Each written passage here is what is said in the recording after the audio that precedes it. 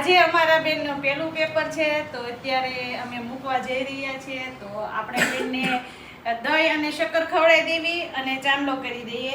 બેને પૂજા પાઠ તો કરી દીધા છે. હાવ નાનો છે.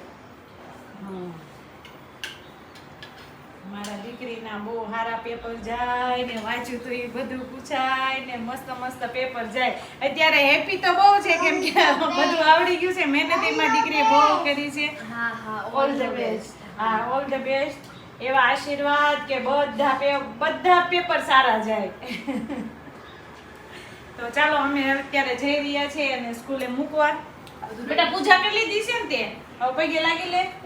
પગે લાગી લે. મારી મમ્મી આટલામાં મને લીંબુ શરબત, પાણી, પાણીની બોટલ મેં તો કેટલા દિવસથી બધું રેડી કરીને આ બધું જો એનું હોલ ટિકિટ મસ્ત મેં પ્લાસ્ટિકના કાગળમાં પેક કરીને રાખી દીધી છે. ઝેરોક્સ એક ઘરે રાખી છે, એક ગાડીમાં રાખવાની ને એક તાર પપ્પા આગળ રાખવાની. અને આ પાઉચ ટ્રાન્સપરન્ટ અને પાણીની બોટલ અને આમાં આપણે ભરશું મસ્ત લીંબુ શરબત. હું લીંબુ શરબત દાદા ભાઈ દીવા કરજો. ગમે એવું રાહી ચક્કર ન પડે રસ્તા. હા, એ રસ્તામાં નહીં ને ઓલું એક્ઝામ દેતી હોય ને ત્યારે નહીં ચક્કર બક્કર આવવા જ ન પડે.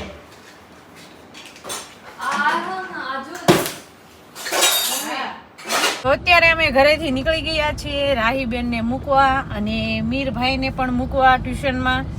તો રાહીબેન ગભરામણ કેવી થાય છે? બિલકુલ નહીં તો પેપર હાથમાં આવે એવું સારું. રાહીબેન એમ આજે અત્યારે તો બહુ ખુશ છે. એટલે ભગવાનને પ્રાર્થના કે એનું પેપર પૂરું થાય ત્યાં સુધી અત્યારે જે ખુશી છે એની કરતાં તે ડબલ ખુશ થઈને આવે.